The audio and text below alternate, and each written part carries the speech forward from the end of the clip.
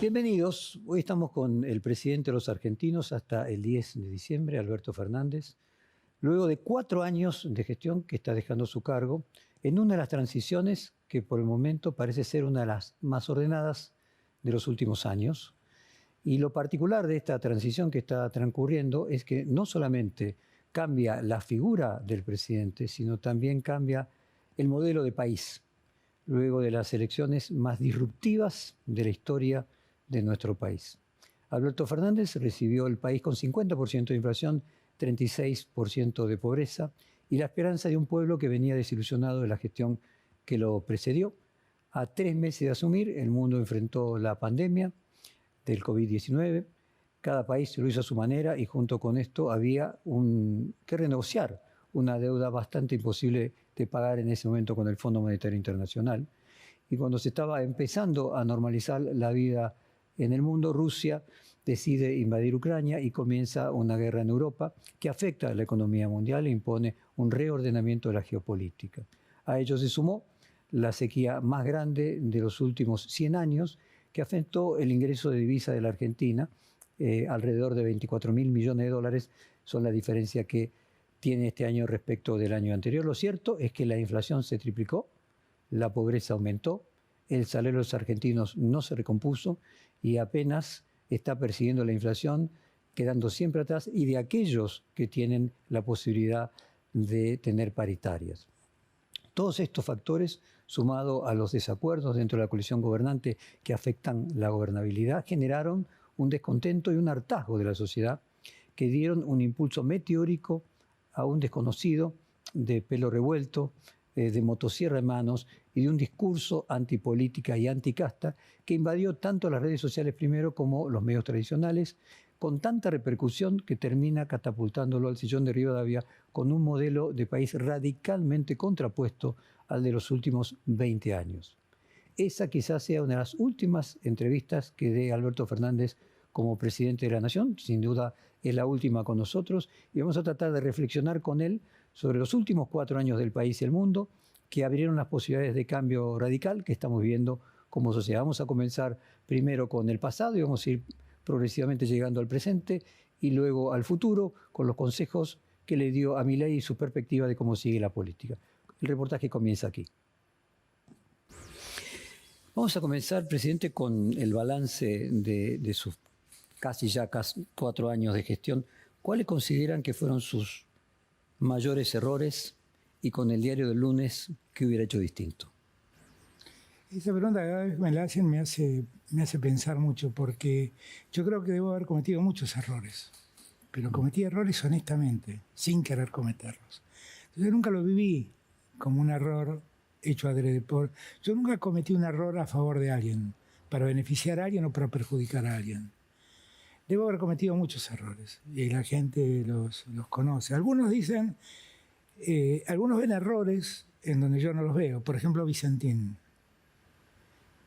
Es cierto que yo inicialmente fui con mucha fuerza por la expropiación de Vicentín, pero cuando conocí lo que había dentro de Vicentín, me di cuenta que expropiar Vicentín era hacer que el Estado Nacional use la plata de los argentinos para beneficiar a un grupo de accionistas que habían hecho un sinfín de estafas con Vicentín.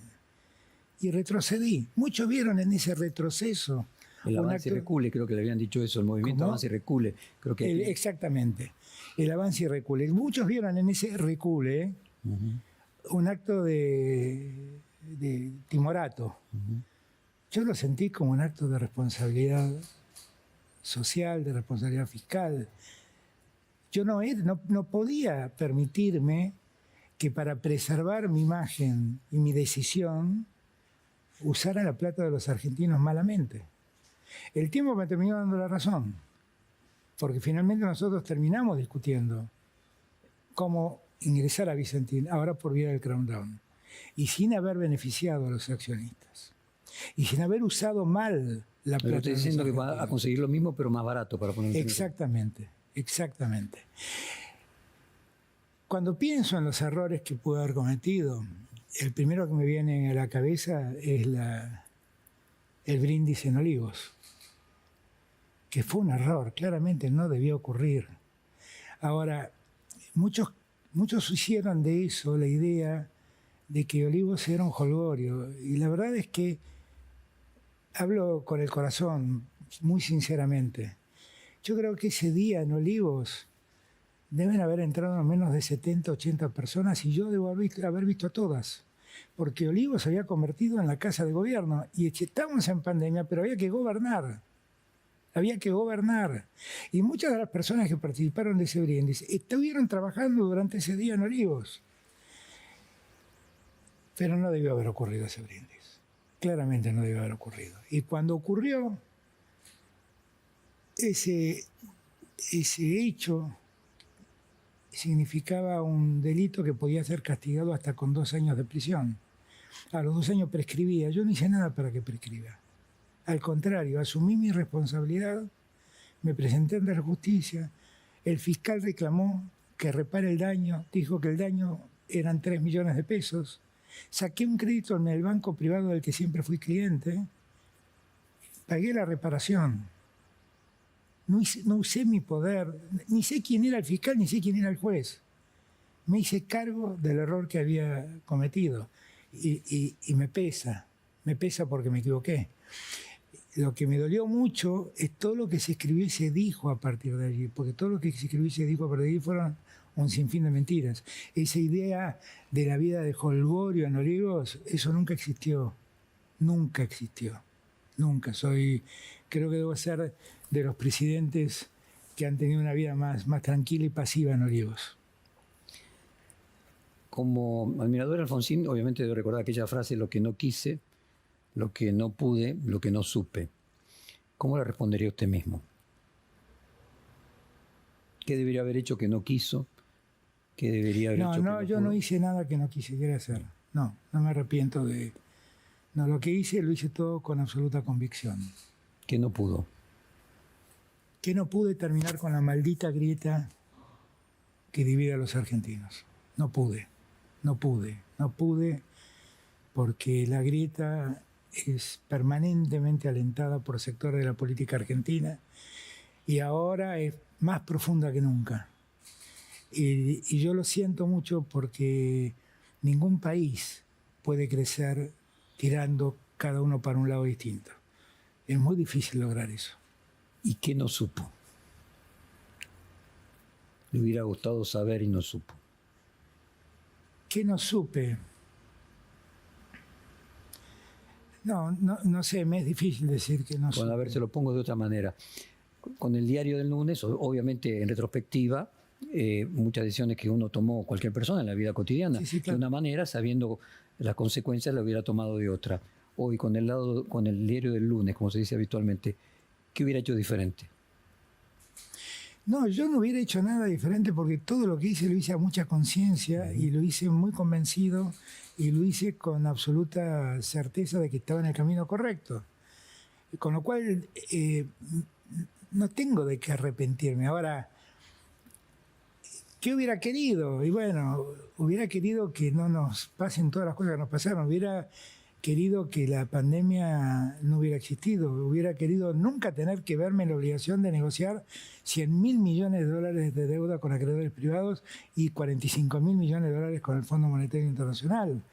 Hubiera querido no tener que soportar una guerra que nos costó en términos de importación de energía de gas 5.000 millones de dólares. Hubiera querido no ser el presidente que soportó la sequía más grande de los últimos 100 años. Ahora,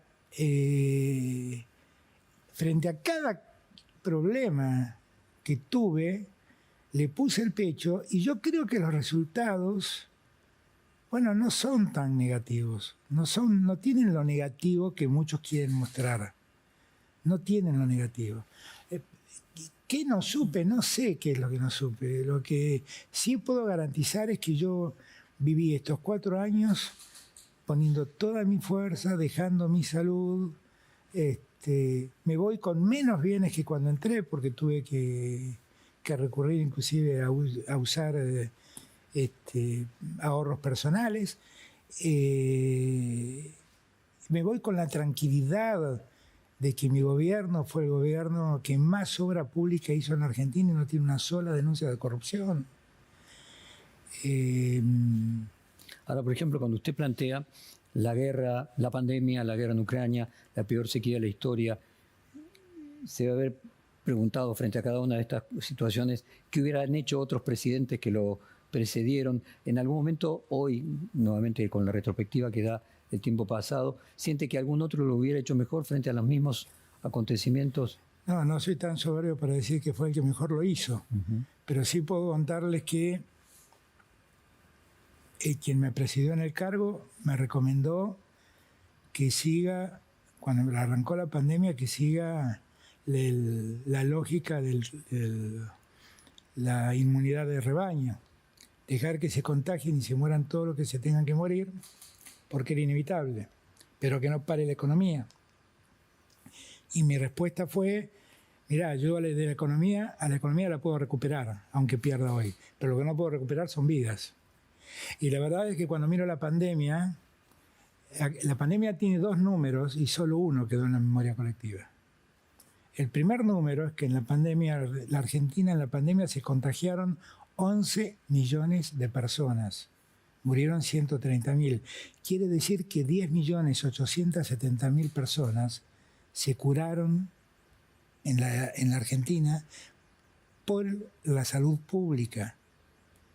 La Argentina ha dado más de 130 millones de dosis. La Argentina hoy tiene su propia vacuna. La Argentina es el país con más de 30 millones de habitantes que más inmunidad ha logrado frente al COVID. Esto es la conclusión, datos de lo que resultó. Usted habló varias veces. Sí. Teniendo en cuenta además que todo ocurrió en un escenario donde la salud pública se había desmantelado, habían cerrado los hospitales públicos, habían hecho desaparecer el Ministerio de Salud y habían desfinanciado la salud pública. En ese escenario me tuve que hacer cargo de todo. Tuve que hacer cerca de 40 hospitales modulares en todo el país para que tengan atención. Tuve que poner 4.000 respiradores artificiales para hacer frente a la pandemia. Tuve que montar más de 4.000 camas de terapia intensiva en todo el país. Cuando yo llegué al gobierno, y usted se va a acordar, para saber si estábamos infectados, alguien que se infectaba en Tierra del Fuego lo hisopaban y el hisopado tenía que venir a Buenos Aires para que en el Instituto Malbrán determinaran si estaba contagiado o no. ¿No? En algo que se llamaba secuenciador genético, un aparato que permitía detectar esto. Había uno en el país.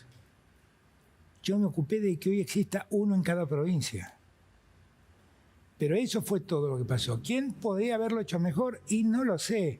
Yo lo que estoy seguro es que hicimos todo lo que debíamos hacer y lo sacamos bastante bien adelante. Yo le decía, lo escuché varias veces, y no solamente usted decirlo de usted mismo, sino de otros decirlo de usted, que usted tuvo mala suerte, que le tocó gobernar con más calamidades que el promedio. Todos los presidentes tienen calamidades de algún tipo, pero que usted tuvo 3 cuando a lo mejor otros tenían 1 o 2. ¿Qué rol usted le atribuye a la fortuna en el devenir histórico? ¿Cree que presidentes como Macri, como Cristina, tuvieron mejor suerte que usted? Maquiavelo hablaba siempre de que el príncipe necesitaba voluntad y fortuna. ¿Cuál es su relación después de lo que le tocó vivir con la importancia que tiene la fortuna para los dirigentes políticos? Yo creo que me tocó vivir en un tiempo, en los peores 4 años del siglo. Me tocó gobernar los peores 4 años del siglo, donde apareció el problema de la pandemia, el problema de la guerra y el problema climático. Y la Argentina tuvo un cuarto problema, que no le echemos la culpa al mundo, que se llamó Macri y el endeudamiento. Tuvimos estos 4 problemas. Y tuvimos un montón de problemas más en el medio. Yo cuando pensé que estaba todo terminado, entró Hamas a Israel, mató 1.400 personas, muchos argentinos, y se llevó 250 personas secuestradas, de los cuales 20 son argentinos. Y yo desde ese día, diariamente, estoy involucrado tratando de buscar la libertad de esos argentinos secuestrados. Entonces, yo no sé si a alguien le tocó vivir todo esto, porque además podría agregarle dos cosas más que me pasaron y que por ahí pasan desapercibidos, pero que otros presidentes no vivieron.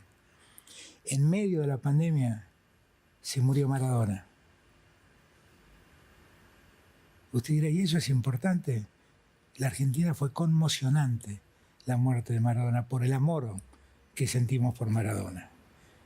Y la posibilidad de darle el tributo que Maradona merecía y no podíamos dárselo por la pandemia. Y a mí me pasó que un libertario le puso una pistola en la cabeza a Cristina y 2 veces disparó.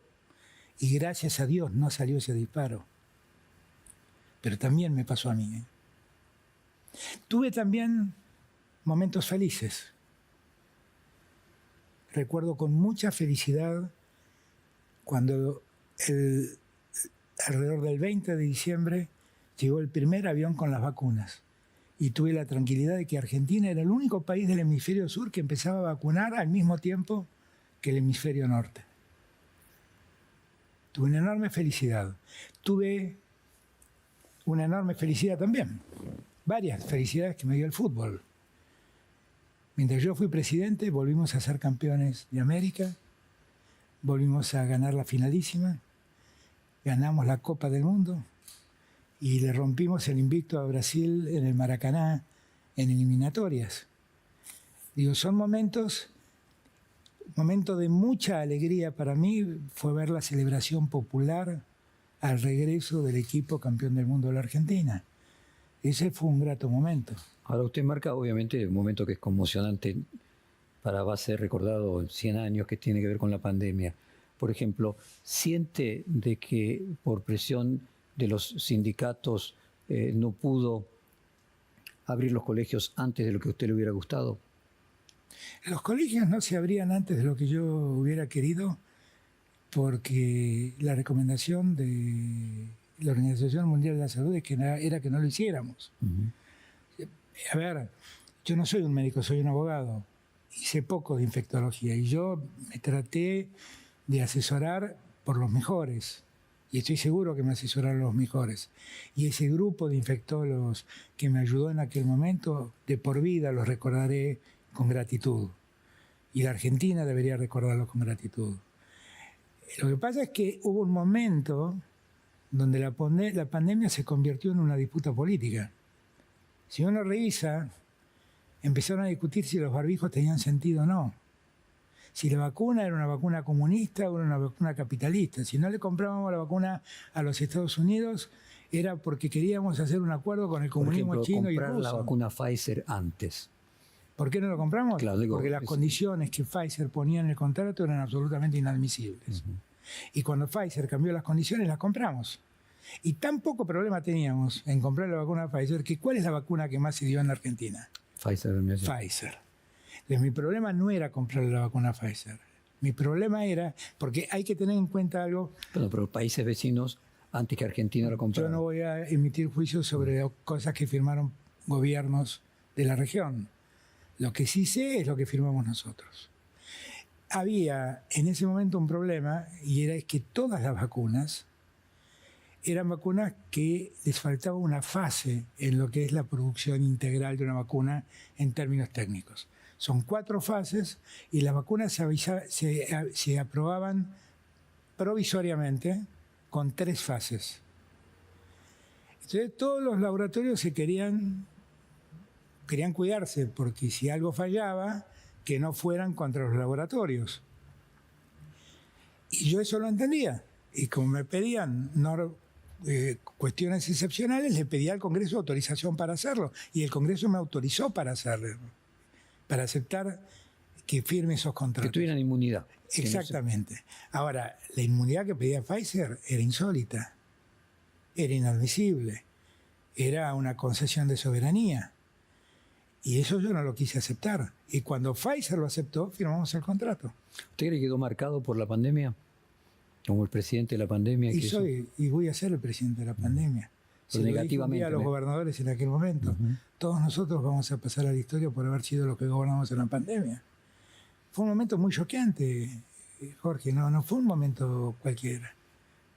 Fue un momento en donde perdimos seres queridos, donde vimos morir. Nosotros no nos damos cuenta. En la pandemia se murieron 15 millones de personas. 15 millones de personas. Casi la mitad de lo que se murió en la Segunda Guerra Mundial. 15 millones de personas. Nosotros no nos damos cuenta. Nosotros en esos días convivimos con la muerte. Y los que estamos hablando somos sobrevivientes de una pandemia. Presidente, he escuchado muchas veces asesores suyos que colocan como una dimensión fundamental la búsqueda de la paz, que su coalición fue caracterizada, o su deseo fue caracterizado por reducir la conflictividad en situaciones complejas, pero siempre trató de minimizar la conflictividad. Y a otros que lo acusan por eso mismo, casi como la virtud en determinadas profesiones puede convertir en defectos, en ser el manager de la unidad en lugar de ser presidente. ¿Es correcto que usted priorizó siempre la reducción del conflicto? A ver, hay una parte mía que es indefectiblemente pacifista. Hay una parte mía que lo sigue llamando a Putin y le sigue diciendo hay que parar esta guerra. Hay una parte mía que habló con Zelensky y le dijo hay que parar esta guerra. Hay una parte mía que fue al G7 y les dijo paremos esta guerra. Hay una parte mía que habló con Biden y le dijo terminemos con los bloqueos a Cuba y a Venezuela, porque eso es pobreza para esos pueblos. Hay una parte mía que reclama que pare el fuego en Ahora, Israel. cuando va a lo interno, por ejemplo. Perdón, y yo entendí la pregunta. Hay una parte innata que es pacifista. Yo no creo que en el siglo XXI, después de 2 guerras mundiales, después de la Guerra Fría, después de tanta muerte, después del terrorismo de Estado, las cosas no se puedan resolver hablando. No lo creo, no lo creo. Ahora, yo soy un peronista. Y yo creo que lo que más nos lastimó a los peronistas fue estar divididos. Y yo siempre privilegié la unidad. Por privilegiar la unidad, es verdad que soporté muchos comentarios sobre los cuales preferí guardar silencio para que no se rompiera la unidad. Porque yo sabía que si yo hablaba, eso potenciaba el conflicto y la unidad estaba en riesgo. Yo no quise ser candidato. Cuando muchos presidentes de América Latina me decían que el candidato debía ser yo, y de Europa, yo preferí decir no ser candidato para preservar la unidad, porque me daba cuenta que si yo era candidato, alguien iba a querer romper el espacio. Y no me arrepiento de nada de eso, porque lo más importante es que estemos y sigamos unidos. Sigamos unidos dando el debate que tengamos que dar, porque está claro que no todos pensamos lo mismo. Y está claro que no todos actuamos del mismo modo. Está claro que no todos somos lo mismo. Por lo tanto, yo no estoy renunciando al debate.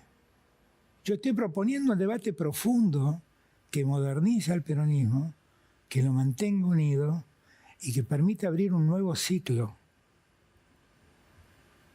Ahora, efectivamente, mientras goberné, tuve muchos momentos difíciles que no achaco, ni imputo, ni cuestiono. Yo celebro eso que llaman ser timorato, o ser miedoso, o ser... ¿cómo lo llaman? No es blando la palabra que usan. Bueno, originalmente que era un títere de Cristina. Primero me digo, bueno, no, pero usan un término, me gusta un término que usan que es un tibio, no es momento para tibios. Miren, ser prudente, ser reflexivo, no es ser un tibio. Ahora fíjese, presidente, cuando reflexionamos al principio sobre lo que uno podría haber hecho... Perdón. yo fui reflexivo, fui moderado y preservé la unidad. Y tuve una relación, y tengo una relación muy difícil con Cristina. Me decían que era el títere, pero resulta ser que irónicamente, el único que terminó enojado con Cristina fui yo. Entonces, uno puede hacer un elogio a esa moderación para preservar la unidad. Uno debe hacer prevalecer los intereses colectivos antes que los personales. Y yo en eso estoy tranquilo y contento de haber actuado. No, le decía que, reflexionando obviamente con el diario del lunes, si aquella vez que le renunciaron los ministros después de la derrota electoral legislativa, usted hubiera aceptado las renuncias y hubiese enfrentado las diferencias internas, si hoy, 2 años después de aquello, y viendo los resultados, ¿no cree que si hubiera hecho eso, su gobierno hubiera terminado mejor que hoy? Eso es contrafáctico. Es contrafáctico, no tengo idea. Lo que yo quiero aclarar siempre, que las renuncias que se presentaron para dejarme en libertad de acción si yo quería hacer cambios en el gabinete.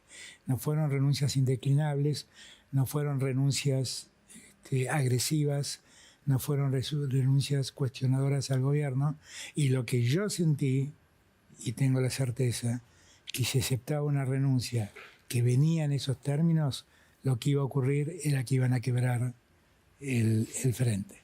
Entonces de ahí viene la segunda pregunta: ¿cómo hubiera gobernado 2 años con el frente quebrado? Bueno, yo creo que eso es lo que hubiera pasado. Y por eso preferí, una vez más, contar hasta 10, tragar saliva y decir, sigamos todos juntos. Cuando usted asumió una frase que era un significante de su gobierno, o de la promesa de su gobierno, es: volvimos para ser mejores. ¿Se está yendo el gobierno? ¿Fueron mejores? ¿Mejores cómo? Sí, claramente. Yo estoy convencido que fuimos mejores. O sea, nosotros nos vamos de un gobierno sin ninguna denuncia de corrupción. Sin ninguna denuncia de corrupción. Nosotros nos vamos del gobierno habiendo tenido que afrontar todos los problemas que afrontamos, habiéndole puesto el pecho y haciendo que Argentina, después de caer 9 puntos en la pandemia, creciera en 2 años 16 puntos. Y hemos logrado que este año, con la sequía que tenemos, con la carencia de dólares que tenemos, en los primeros 8 meses tengamos récord de producción industrial. Entonces, y que llevemos 37 meses consecutivos de creación del empleo registrado, y que hayamos creado cerca de 1,5 millones de puestos nuevos de trabajo, que en el año 2019 estaban en la calle. Bueno, obviamente tenemos luego el tema, el capítulo de elecciones. Le voy a preguntar, bueno, ¿por qué cree que a pesar de eso entonces perdieron las elecciones? Pero lo dejo para ese capítulo. Usted marcaba mucho el tema de la pandemia. Yo recuerdo aquellos viernes de Filminas, que usted estaba junto con Horacio Rodríguez Larreta, con Axel Kicillof, que en aquel momento los tres tenían altos índices de aprobación. ¿Usted cree que la pandemia y que estuviera al lado suyo Horacio Rodríguez Larreta le costó su derrota en la interna, como le costó a Cafiero en su momento apoyar a Alfonsín en el momento del levantamiento de los Carapintadas en la interna que terminó ganando Menem? Yo tampoco me arrepiento de eso. Creo que era lo que debíamos hacer.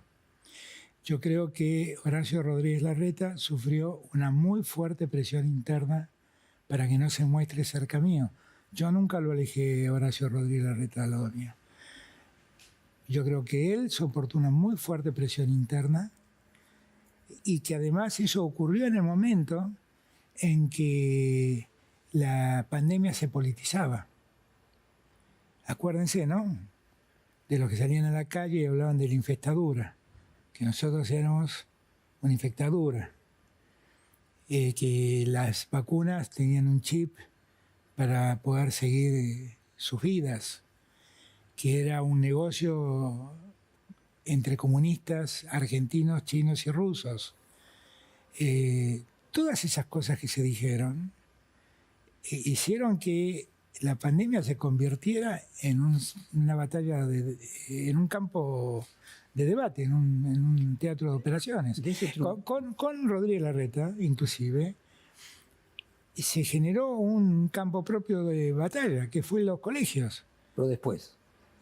No mucho después. Lo que digo es, ¿quién quería que los chicos no fueran a estudiar? Todos queríamos que los chicos fueran a estudiar. Ahora, si usted mira lo que pasó, después que la Corte autorizó, lo que se generó fue un rebote de los contagios. Usted menciona la Corte, hoy a la distancia que permite el pase del tiempo, ¿le cree que el juicio a la Corte Suprema fue un error? No. La Corte Suprema se metió en temas que no tenía que meterse. O sea, la Corte Suprema no tiene por qué meterse en el modo en que el gobierno nacional dispone de los fondos coparticipables de los que es dueña. No tiene por qué meterse. Y se metió. Ese fue la causal de mi pedido de juicio político. Después se sumaron otras, porque lo que yo no sabía era que había más de un pedido de juicio político a la Corte. Esa parte no la sabía. Pero no estoy para nada. No, yo creo que correspondía, creo que la Corte Suprema se equivocó. Excedió en mucho sus facultades. No estoy arrepentido. Usted mencionaba números de la economía que obviamente contrastan con los de la inflación. ¿Por qué cree que terminaron perdiendo la elección? No, bueno, la inflación es un elemento determinante. Alguien el otro día me preguntó si yo me sentía responsable de la derrota. Y yo dije, no me siento responsable de la derrota. En verdad, la respuesta fue más amplia y lo que quise decir fue otra cosa. Obviamente, yo no puedo decir que no soy responsable si yo soy el gobierno que no salió airoso me cabe alguna responsabilidad. Obviamente que tengo alguna responsabilidad. Obviamente. Lo que yo planteaba es que no siento ser la única causa de la derrota. En verdad, nosotros perdimos la elección por diferentes motivos. Yo creo que lo de la inflación es un problema. Es un enorme problema que la Argentina arrastra hace mucho tiempo y que en este último año se potenció precisamente por la falta de dólares. En la Argentina dejaron de entrar 23.000 millones de dólares. Algunos dicen 25.000 por lo que perdimos de exportaciones de carne. Pero pensemos en 23.000 millones de dólares. Eso es casi un 25% de nuestras exportaciones. La falta de esos 25.000 millones de dólares hicieron que el dólar se convierta en un bien escaso y que su precio tienda a subir. En un país que toma como valor de referencia para fijar precios al dólar, aun cuando aquello que se produzca no use un solo dólar para poder producirse. Esta agua que debe haber salido de una botella y que todo se hace en Argentina y no necesita ningún dólar, sube a la par del dólar. Y uno dice, ¿por qué pasa esto? Bueno, el dólar se desató. O sea, usted está diciendo que lo mismo le pasó a Macri, que el dólar pasó de 17 a 40 y la inflación se duplicó, aunque el gasto público y el déficit se hayan duplicado. Es que el elemento dólar, lo único que hay que decir es que ahí fue producto de un raptus de locura de Macri, que el día que perdió las PASO salió a hacer una conferencia de prensa. Al 2018, digo, cuando una sequía que no tenía el mismo tamaño que esta, pero había una sequía, cuando aumenta la tasa de interés el mayor conflicto es cuando él lleva el dólar a más de 60 pesos. De 40 a 60, sí. Y yo salgo a decir, el dólar a 60 pesos está bien para parar la suba del dólar. Yo estaba diciendo antes, cuando el planteo era que emisión cero, que era lo que planteaba el Fondo Monetario, pero igual el dólar le pasó de 20 a 40. No hay ninguna duda. Y la inflación le pasó, se le fue, también se le duplicó. No hay ninguna duda de que la suba del dólar en Argentina termina influyendo en los precios internos. No hay ninguna duda. Porque todo el mundo toma el dólar como una referencia. Y aun cuando en la producción de bienes no se utilicen dólares. ¿Qué tiene para aprender el peronismo de esta derrota? ¿Le deja alguna mejora futura? Esto que decía Axel Kicillof de cantar una canción diferente. La verdad es que lo dije yo hace 2 años, en Plaza de Mayo. que teníamos que darnos cuenta que íbamos a cumplir 20 años este año y que teníamos que revisarnos. En aquel momento fui muy maltratado, pero la historia me parece que me dio la razón. Y yo, bueno, me alegra que si Axel piensa eso, que lo haga y que participe de ese debate y que debemos hacerlo. Yo, objetivamente, lo que siento es que uno no puede ser tan necio de no darse cuenta que hay algo que nosotros no supimos transmitir, que no supimos sintonizar con la gente. Hay algo en lo que fallamos. Yo tengo en mi cabeza varias causas, pero no tengo ninguna certeza. A ver, Y deberíamos revisar en qué fallamos para explicarnos cómo es posible que hayamos perdido como perdimos cuando creamos 1,5 millones de empleos, cuando entregamos 140.000 casas, cuando hicimos la obra pública más grande de la historia de la democracia, que es el gasoducto Néstor Kirchner, cuando con eso cambiamos la estructura económica del país, cuando en el Chaco se está inaugurando el acueducto más largo de América Latina, cuando hicimos 18.000 kilómetros de rutas, cuando hicimos 140.000 viviendas. ¿Qué por haber falló? duplicado en los últimos 2 años 2 veces la inflación. Eso tiene la explicación que estoy dando, ¿no? Eso tiene la explicación que estoy dando. Y evidentemente esa debe ser una de las causas, sin ninguna duda. Y a ver, otra más de fondo que tiene que ver a lo mejor con el comienzo del gobierno, el colectivismo. Hay un detalle que yo siempre marco, ¿no? La inflación en Argentina ha ocurrido y ha alcanzado niveles altísimos. No arrancó de cero, arrancó de 54 puntos. Cuando uno mira lo que le ha pasado al mundo, la inflación ha ocurrido en todo el mundo. Cuando el mundo se pregunta por qué ocurrió esta inflación, hay 2 respuestas. La primera, que durante la pandemia se emitió mucho dinero para tratar de sobrellevar las cosas. La Argentina también lo hizo. Y la Argentina lo hizo en peores condiciones porque tuvo que emitir casi 7 puntos del PBI porque no teníamos un centavo de crédito, porque estábamos virtualmente en default, así nos dejó Macri. Entonces, cuando uno mira lo que pasó en el mundo, las inflaciones de los países más desarrollados en el mundo se multiplicaron por 6, se multiplicaron por 10. Pero luego bajaron. Sí, pero no bajaron a 0. Primero se multiplicaron, después bajaron algunos puntos, pero se multiplicaron por 6, se multiplicaron por 10, se multiplicaron por 11. Nosotros multiplicamos por 2. Sí, lo que pasa es que en el peor de los casos, por 3. Lo que pasa es que partimos de 54. Por eso digo que hay 2 formas de leer esto. Hay 2 formas de leer esto. Yo con esto no estoy justificando de ninguna manera que es razonable tener 130 o 140 puntos de inflación. No, no es razonable, claramente. Pero fue un fenómeno mundial que tuvo que ver con la emisión que se generó en la pandemia y con el aumento de los alimentos y de la energía con la guerra de Ucrania y Rusia. Sí, pero y en la Argentina, con la falta de dólares. Brasil, para ponerle ejemplo de países limítrofes, ya el año anterior, antes de la sequía, habían vuelto a la inflación previa a la pandemia. Y la Argentina, antes de la sequía, mantenía una tasa. Pero Brasil tiene millones y millones, miles de millones de dólares en reservas. Bolsonaro no le hizo el daño económico que le hizo Macri a la Argentina. A ver, una hipótesis, sí. Presidente. Lo que Milei llama el colectivismo, o socialismo, la centroizquierda. O comunismo. Comunismo, pero como un significante, ¿no?, del progresismo, independientemente del nombre. ¿Perdió la batalla cultural? O sea, ¿no supo hacer la reforma de segunda generación que a lo mejor eran necesarias para continuar con un movimiento progresista que tuviese que ver con... Pero a ver, cuando uno mira lo que nosotros seguimos ampliando derechos como en la historia del peronismo siempre se ha hecho. Creamos el documento no binario, garantizamos el cupo trans, sacamos la ley de los 1000 días, sacamos la ley de interrupción voluntaria del embarazo. La interrupción voluntaria del embarazo que nos demandó tanta discusión, hoy lo que representa es que la mortalidad de mujeres a causa del embarazo se redujo en más de un 50%. Y que la reducción del embarazo adolescente prácticamente es total.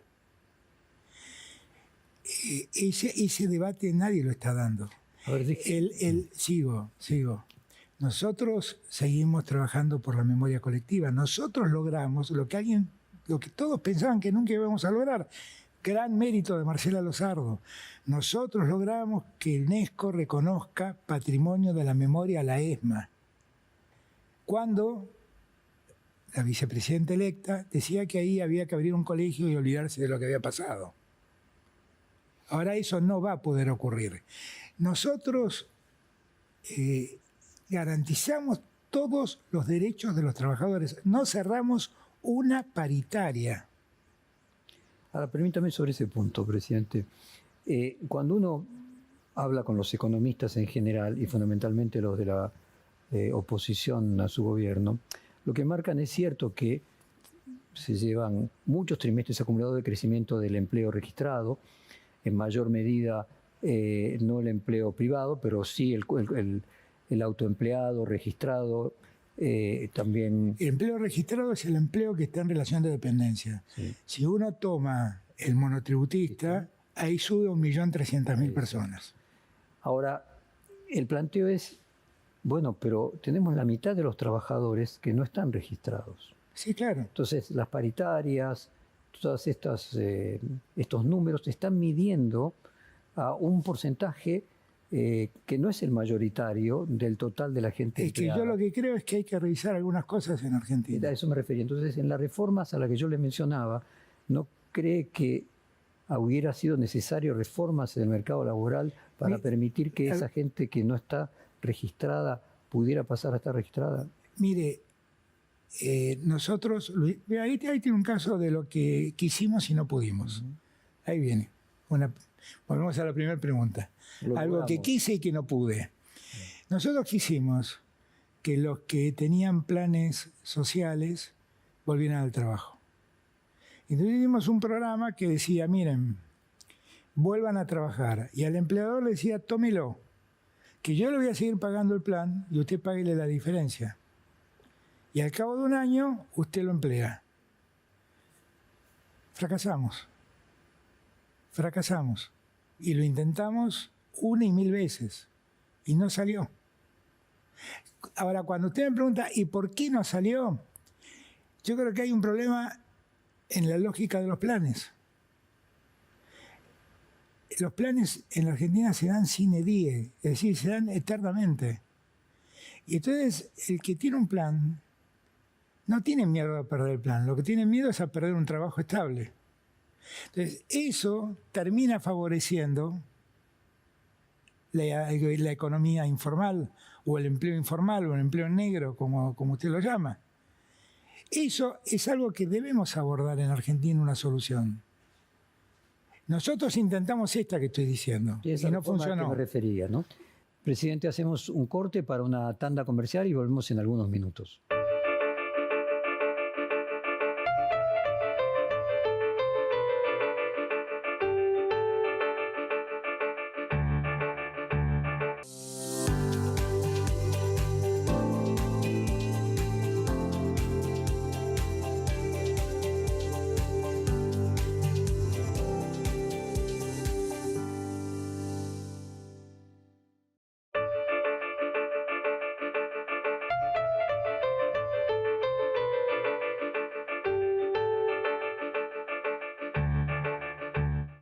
Bueno, volvemos de la tanda con el reportaje y continuamos el reportaje al presidente Alberto Fernández. Déjeme entrar en el capítulo elección. Usted se preguntaba, pero ¿cómo hicimos todo esto? Perdimos la elección. El viernes previo al balotaje, ¿usted creía que podía ganar Sergio Massa? Sí. ¿Y qué le pasó a usted? ¿Qué emociones sintió cuando el domingo llegó una sorpresa? No, sentí una gran desazón. Además, Sergio, yo creo que hizo un enorme esfuerzo en la campaña, hizo una gran campaña y lo lamenté por todos nosotros, pero lo lamenté particularmente también por él, por todo el esfuerzo que puso en la campaña. Él lloró previo a salir a hablar esa noche. ¿Usted durmió esa noche? ¿Qué sensaciones personales tuvo? Son un montón de sensaciones encontradas, pero también yo hago política desde que tengo 14 años. El otro día empecé a escribir un artículo que me pidió el diario El País de España, por los 40 años de democracia en Argentina. Y en un párrafo digo, de repente Alfonsín nos demostró que los peronistas éramos falibles en las elecciones. Era algo inesperado. Yo esa noche no lo olvido más. ¿Cómo fue que nos ganó Alfonsín? Y todos saben la admiración, el respeto y el cariño personal que guardo por Alfonsín. La verdad nos ganó porque era el mejor candidato. Era simplemente por eso. Porque hablaba y a nosotros no queríamos escucharlo porque se suponía que era nuestro opositor, pero hablaba lo que nosotros hablábamos. Nuestro candidato decía que la autoamnistía de los militares no se podía tocar, y el que decía que iba a enjuiciar a los militares era nuestro opositor. Bueno, la realidad es que desde aquella experiencia... Alfonsín decía lo que la gente quería escuchar. En este caso, hoy... Milei es el que decía lo que la gente quiere escuchar. Yo no sé, yo no, la verdad es que no quiero igualarlo a Milei con Alfonsín, no lo merece Alfonsín. No lo merece Alfonsín. Yo lo que digo es que la pregunta fue cómo fue aquella noche. Yo recuerdo aquel 83. Usted dice que sintió algo parecido a lo que sintió con aquella derrota. Sí, ¿cómo nos pasó? Pero usted siendo presidente ¿Cómo ahora, nos ¿no? pasó? Sí, claro. ¿Cómo nos pasó? ¿Durmió igual esa noche, presidente? No dormí igual. No. Me dormí muy tarde. Hablé con Sergio hasta tarde. Y no, obviamente. Y desde ese día, en mi cabeza todo el tiempo hay una pregunta que dice, ¿por qué nos pasó lo que nos pasó? Claro que es así. ¿Hubiera sido mejor un paso entre Daniel Scioli y Guado de Pedro, por ejemplo? Que era, que no tengo entendido lo que usted Yo lo que creo es que eso hubiera movilizado mucho más a todos nosotros, que daba lo mismo que si fuera entre Scioli y Guado, o entre Massa y Guado, o entre Scioli y Massa. Lo que creo es que hubiera movilizado mucho más. Mucho más. Y que finalmente hicimos una idea de unidad que no ocurrió porque apareció en el medio... Usted dice Grabois. Grabois y terminó haciendo una paso también.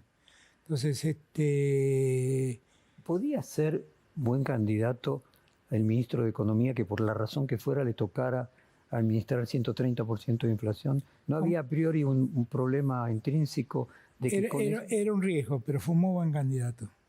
Era un riesgo, pero fue un muy buen candidato. Voy a seguir con contrafáctica, ¿no? Que Sí. usted sabe que en las ciencias sociales es la única manera que tenemos de poder construir hipótesis y de poder investigar. Con la salida de Guzmán, la inflación se triplicó. Usted obviamente explica las condiciones de la sequía, las consecuencias que tienen respecto de la inflación, la falta de dólares.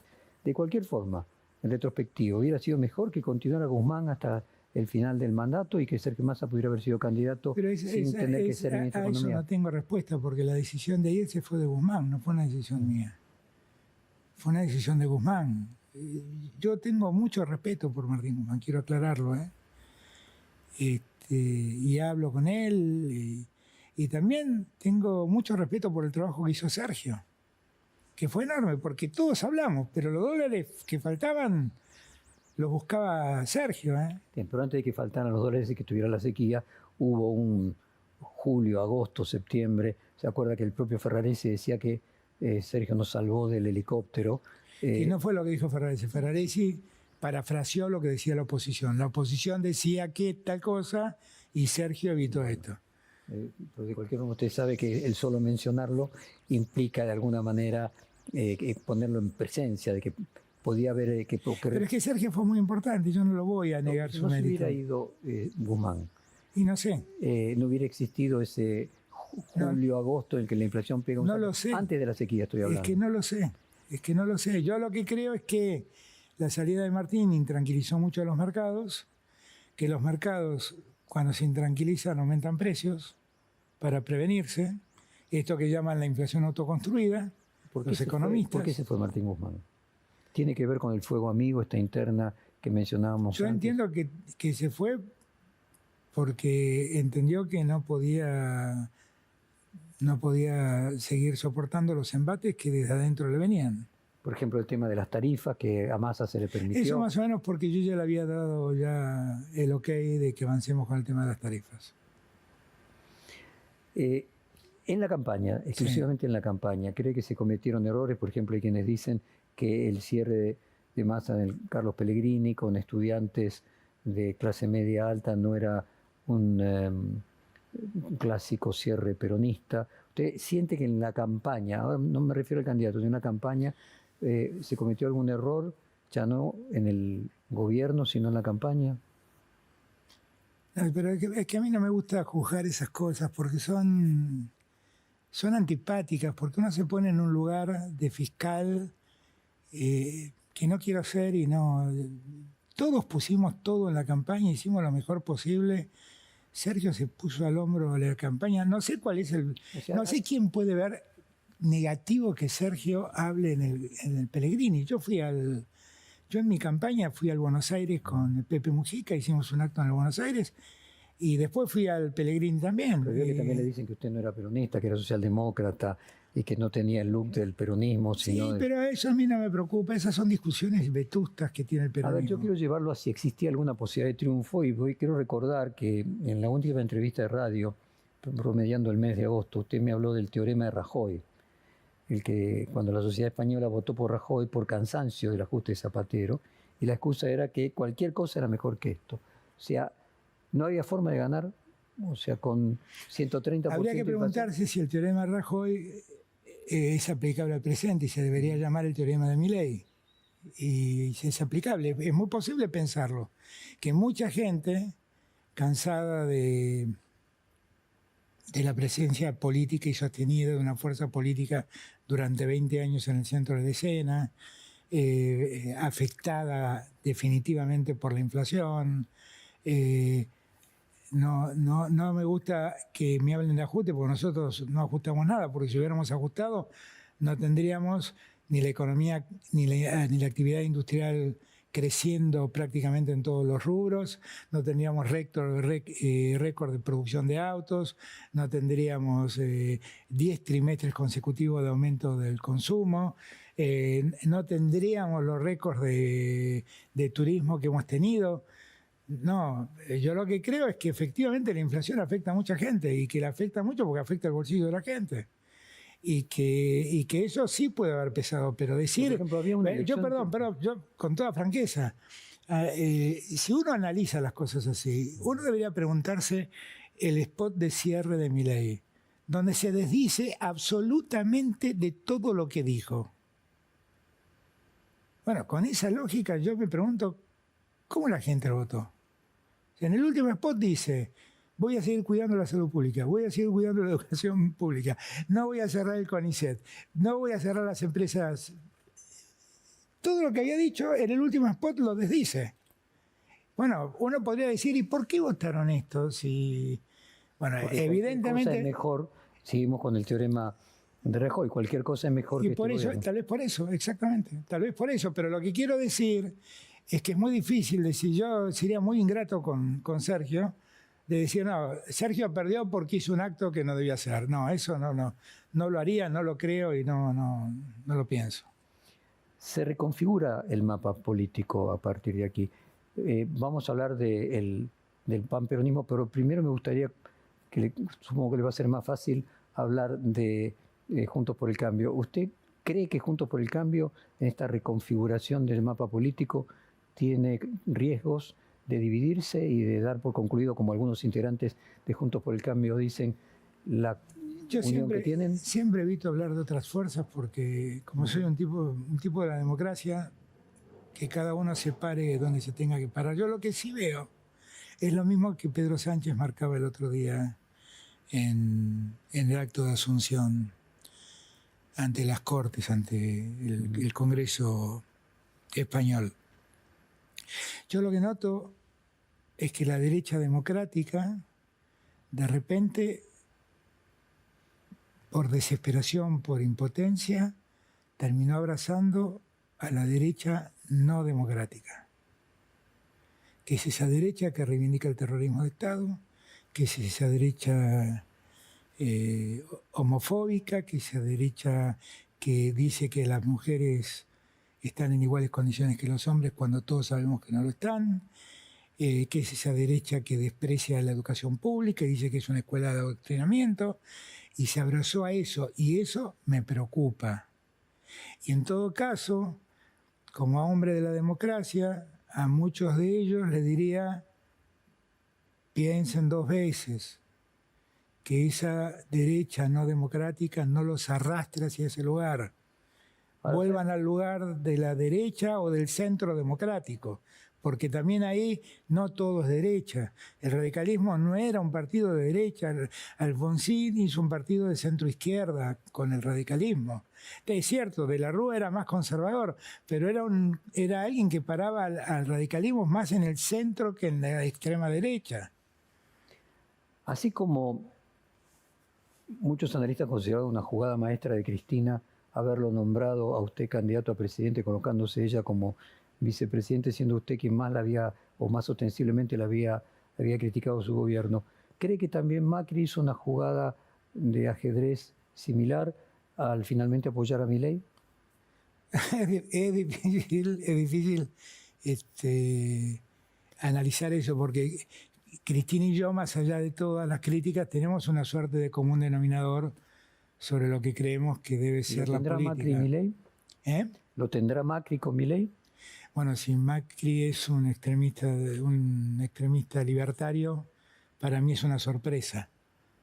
Para mí es un hombre de negocios que quiere el poder del Estado para seguir haciendo negocios. Privados, ¿no? O sea que le sería funcional Milei. Y tal vez. No sé, desde el punto de vista... Claro, lo que él necesita es volver a llegar al poder para seguir haciendo negocios como hizo en todo su gobierno.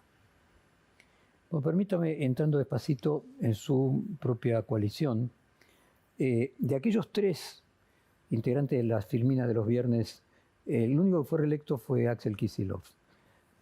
Al mismo tiempo fue la provincia de Buenos Aires donde hubo una de las mejores performances del oficialismo. ¿Lo imagina a él siendo futuro líder del peronismo?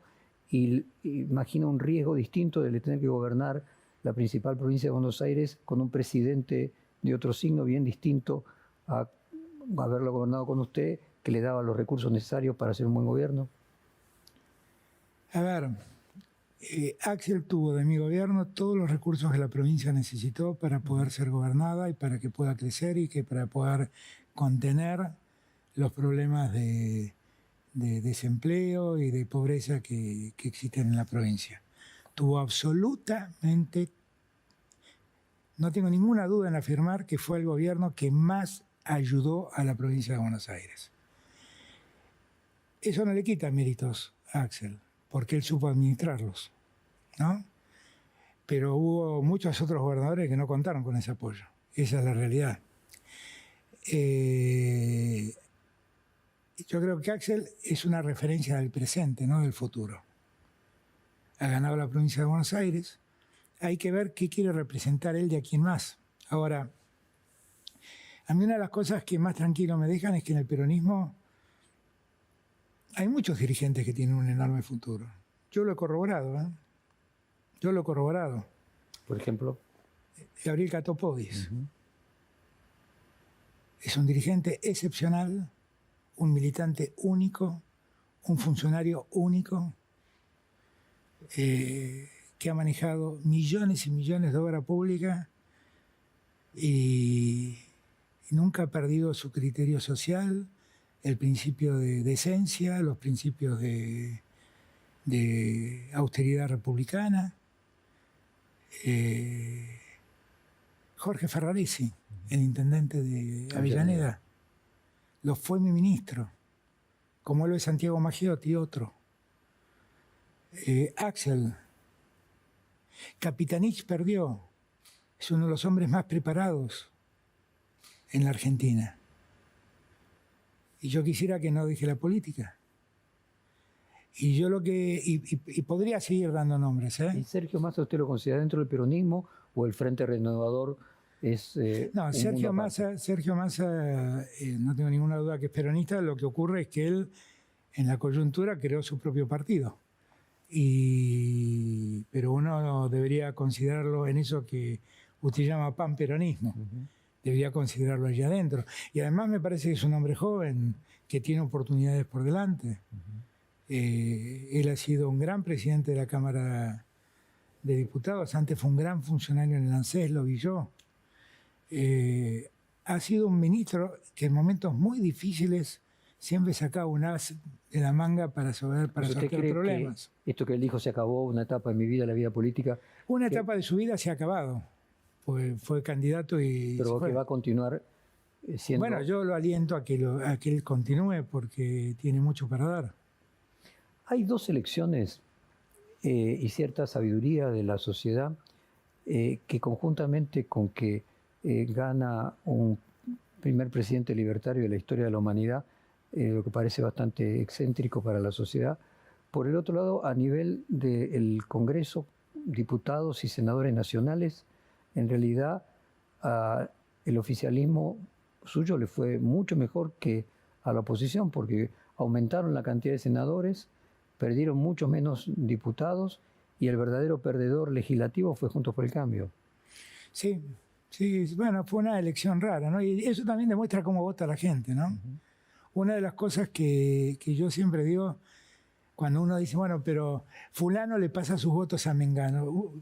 Fulano no es dueño de nadie. O sea, yo siempre discuto con mis compañeros. Fíjese esto, presidente, por un lado tiene que Juntos por el Cambio gana gobernaciones y pierde representación en el Congreso. Viceversa, el peronismo pierde gobernadores y aumenta su representación en el Congreso, por lo menos en lo que hace al Senado. Parece como que hubiera tres elecciones diferentes. Pero es que es eso lo que pasa, porque en verdad lo que está pasando es que la gente vota gente. La gente no vota partidos, la gente vota gente que le inspira confianza. Y entonces yo puedo votar al presidente de un partido. Eso se ve claramente en Santa Fe.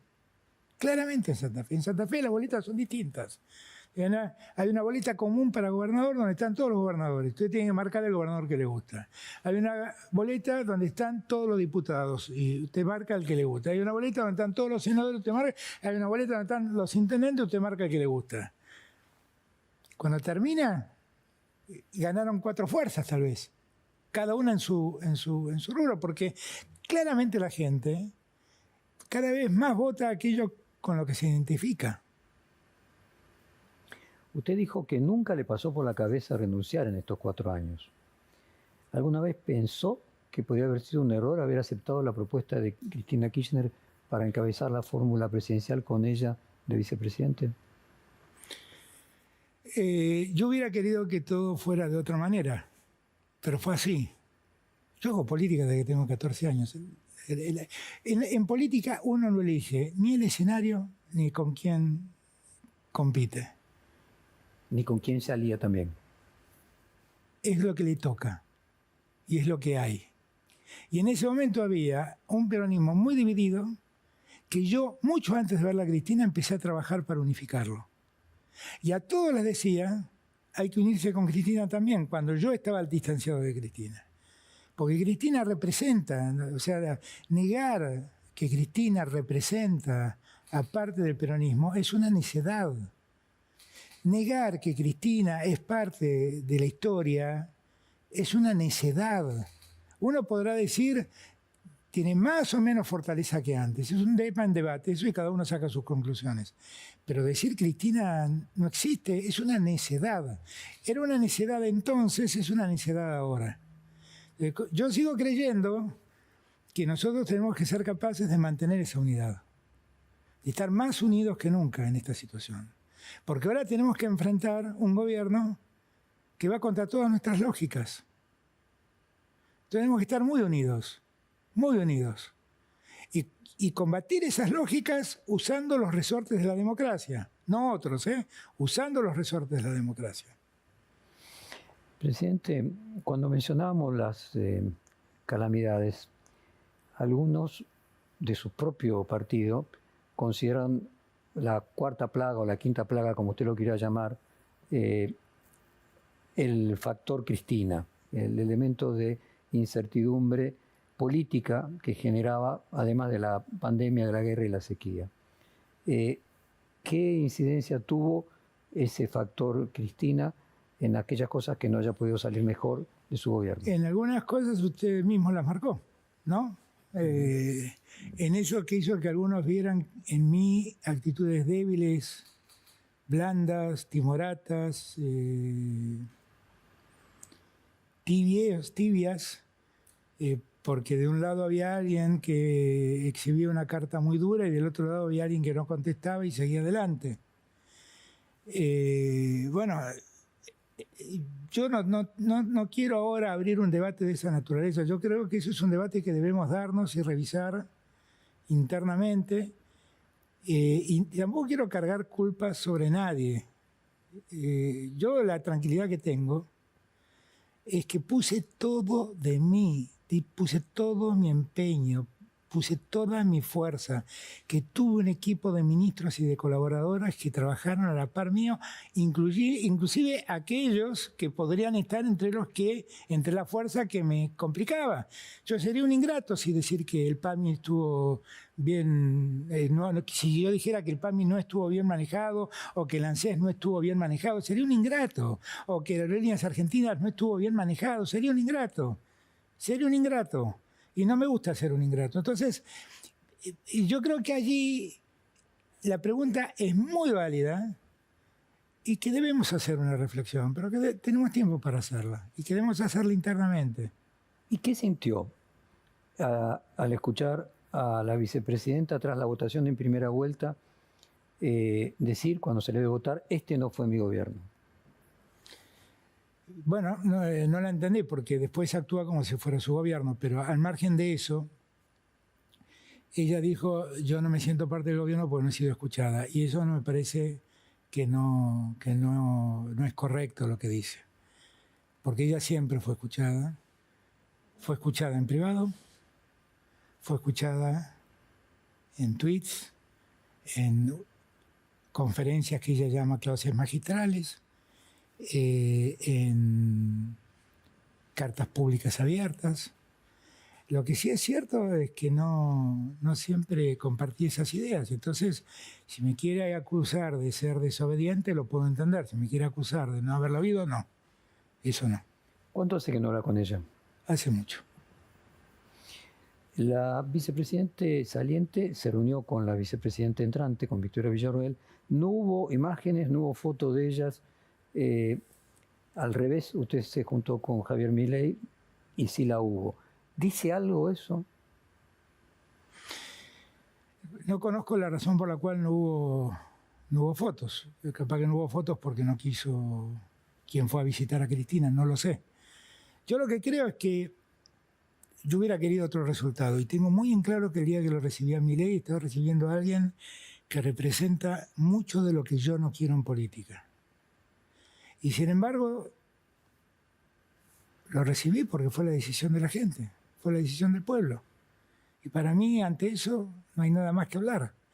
Y además porque quise ayudar a los argentinos en un sentido a reflexionar que la democracia es esto, que a veces se gana, que a veces se pierde, y que no podemos convertirnos por perder en personajes resentidos, que dañan al pueblo por ese resentimiento. Quise dar una imagen de seriedad institucional y como le dije a Milei, ojalá te vaya bien, yo no quiero que te vaya mal.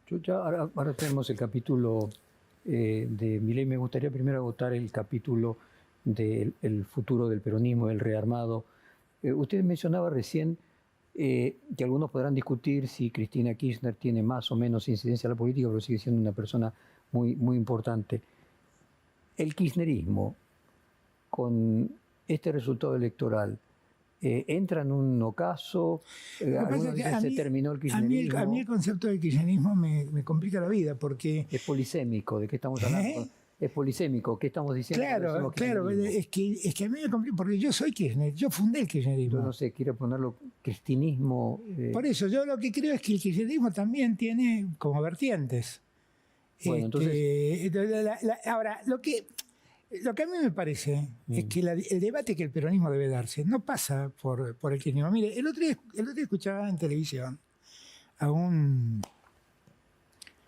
creo que es licenciado en Ciencias Políticas, que fue presidente del Banco Provincia en la época de Scioli, y que se la pasaba despotricando en aquel entonces por el personalismo de Cristina. Y lo escuché decir muy suelto de cuerpo. Yo no sé cómo Alberto Fernández quiere ser presidente o quiso ser presidente de los peronistas si nunca quiso hacer el albertismo. Pero ¿en qué cabeza cabe que un peronista no quiera hacer el albertismo? En la cabeza de aquellos que no quieren más personalismos en el peronismo. Porque lo que tenemos que entender es que nosotros nacimos como consecuencia de un personaje que se llamó Juan Domingo Perón, que es único e irrepetible. Único e irrepetible. Y que todos los sismos que generamos a partir de Perón solo nos generaron confusión. O sea, el peronismo luderista fue conservador. El peronismo menemista fue neoliberal. El peronismo dualdista fue conservador popular. El peronismo de Néstor fue progresista. El peronismo mío quiso ser progresista, no lo voy a calificar yo. El peronismo de Cristina fue progresista con un sesgo personalista más notorio. Yo lo que quiero es terminar con los sismos y que seamos peronistas. Y para hacer esto, ya lo dijo Perón, la organización vence al tiempo. Lo que tenemos que hacer es organizarnos de otro modo, democratizarnos de otra manera y subir al escenario, que es algo que vengo planteando hace años, subir al escenario nacional a una nueva dirigencia de reemplazo, donde están algunos de los nombres que acabo de mencionar. Usted no mencionó a Martín Yayora de Córdoba. Sí. ¿Cree que en algún momento el peronismo de Córdoba se va a integrar al peronismo? Yo lo conozco, Martín Yayora, lo conocí cuando era intendente de San Francisco. Y es una persona lúcida, con ideas lúcidas, y es un hombre de la democracia. Yo lo que no creo es en esta idea, yo no creo ni en el cordobesismo, ni en el mendocinismo, ni en el porteñismo, no creo. Nadie se salva solo, somos parte de una nación que se llama Argentina. Presidente, ¿fue verdad ese diálogo con Roberto Navarro que le atribuyen, el que usted dijo que podría ser la persona que dé por terminado el cristinismo? No, eso fue producto de una charla donde yo planteaba, después de 20 años tenemos que revisar algunas cosas. Que es lo mismo que dice Axel hoy cuando dice tenemos que tocar otra melodía. Y eso se convirtió en que yo dije que quería terminar con el cristinismo. Yo no quiero terminar con nadie. Yo quiero sumar a todos, pero quiero que todos nos respetemos y que seamos primus inter pares, porque yo no tengo jefes. Presidente, ¿cómo se imagina que sería el papel de Cristina Kirchner en el futuro y cómo le gustaría que se reorganice el peronismo? Yo quisiera que todos los que ya pasamos por la presidencia nos convirtamos, no, dejemos de ser jarrones chinos, como decía Felipe González, y nos convirtamos en ladrillos que solidifiquen una pared que se llama peronismo, que crezca y sea un canal de contención para millones de argentinos que necesitan de la justicia social que hoy no tienen. Ahora, usted continúa siendo presidente del partido. Sí. ¿Qué va a hacer usted mismo? ¿Qué va a hacer? Presidente del partido hasta que llamemos a elecciones y regularicemos. Y voy a promover un debate interno en el peronismo. ¿Qué sucederá a mitad de año próximo? Creo que es a mediados de abril, mayo del año que viene, si no me equivoco. ¿Y cuál es su plan ahí? ¿Presentarse? ¿De qué manera? Voy a hacer lo que mejor nos convenga a todos. Yo nunca pensé en mí. Nunca pensé en mí. Yo no pienso en la política en términos personales. Por eso detesto los personalismos. Cuando usted habla de los sismos, siempre se decía que el peronismo porteño era distinto al resto del peronismo, el peronismo loco, porque siempre perdía. Siempre perdía. Entonces se parecía más a los radicales, que en el resto del país estaban acostumbrados generalmente a perder. Hay una paradoja porque el peronismo porteño hizo una de sus mejores elecciones, sí, cuando al revés el peronismo a nivel nacional hizo una de las peores. ¿A qué le asigna eso? ¿A que los radicales votaron en la ciudad de Buenos Aires? No, es que creo que en la ciudad de Buenos Aires la cuestión institucional y democrática y el tema de los derechos humanos y el tema de los derechos de las minorías pesa mucho más que en otros lugares del interior del país. Y acá lo advirtieron que eso estaba en riesgo. Y eligieron al candidato que garantizaba que esos derechos no corran riesgo.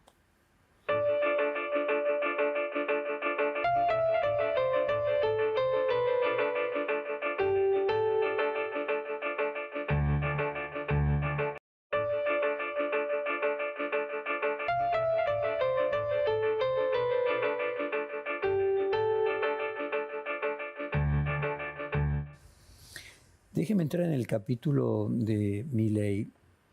Usted ya contó en uno de estos reportajes que lo había conocido antes de ser presidente.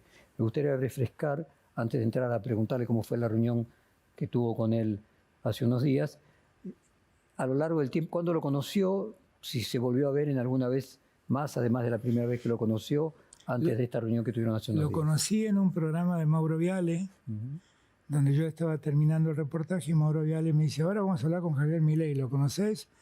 Lo he visto en televisión, le dije, ¿y qué pensás de él? Y dije, bueno, la verdad es que no comparto mucho de sus ideas, él es un liberal, yo no lo soy, pero bueno, es su opinión, dije. Y él, Mauro Viale le preguntó a él, ¿y vos qué pensás de Alberto Fernández? Y dijo, no, yo lo veo un hombre amplio, respetuoso de la democracia, y yo le agradezco mucho que me reconozca como liberal, porque muchos que se llaman liberales en verdad no lo son, qué sé yo. Me fui y lo entrevistaron a él, yo me fui. A la semana me llamó Guillermo Nielsen y me dijo que los dos trabajaban en Corporación América, que me quería conocer. Y ahí fuimos a almorzar. Y fue un almuerzo donde nos conocimos, donde me habló mucho de sus perros, de sus vínculos con sus padres, donde hablamos de economía y advertíamos las diferencias. Y después, cuando ya fui presidente, me escribió algunas veces por WhatsApp, dándome sus opiniones, y las leí. No las contesté, debo confesarlo. Las leí. Así lo conocí, ese fue mi vínculo con él, no fue otro. Y después lo volvió a ver en esta última reunión. Y lo vi en esta reunión donde le propuse reunirnos para hablar de la transición.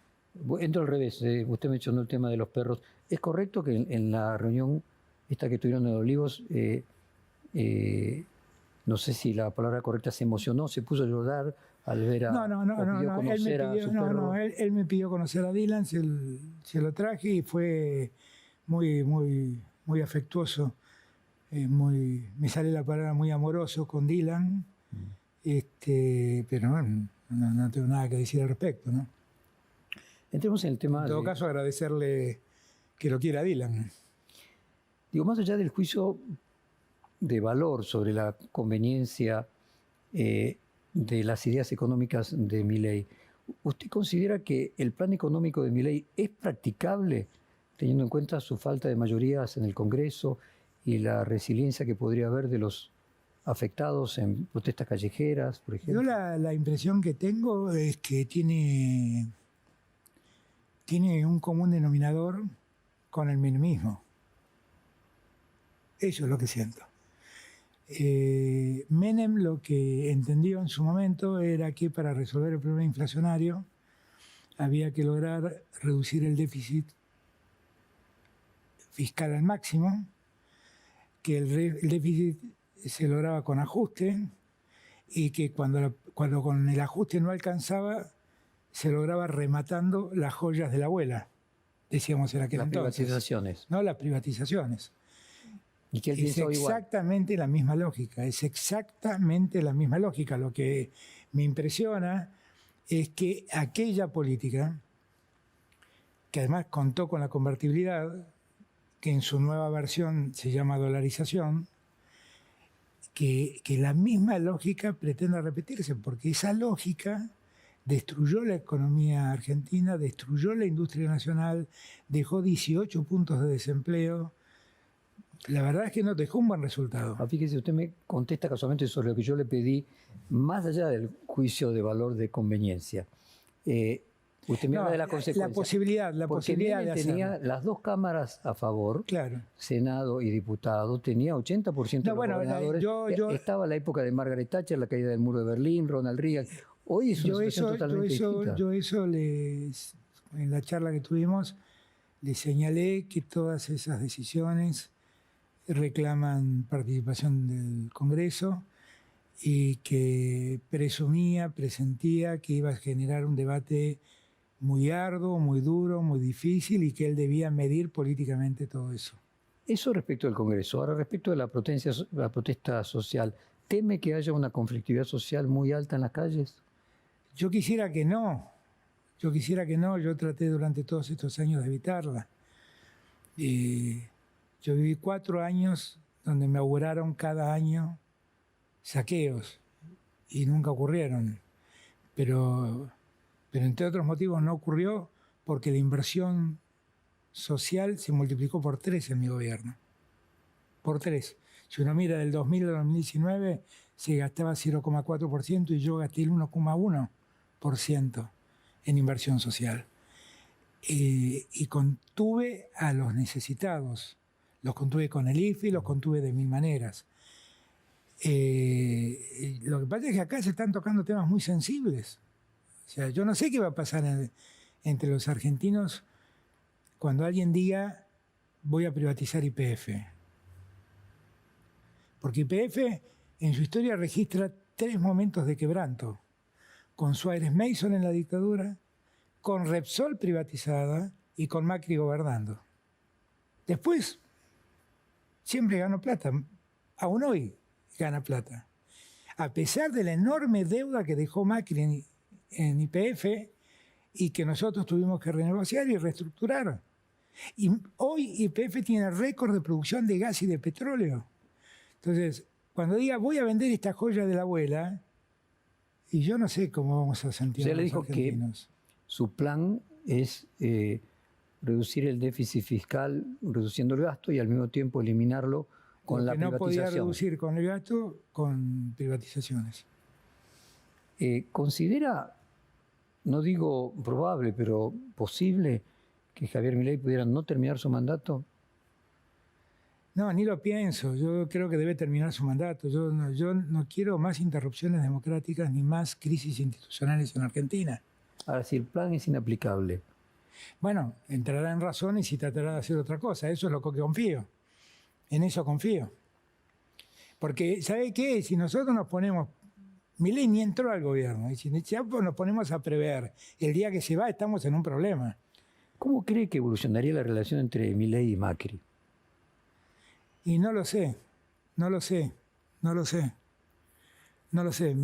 Yo con Macri, gracias a Dios, no tengo trato ni tengo vínculo.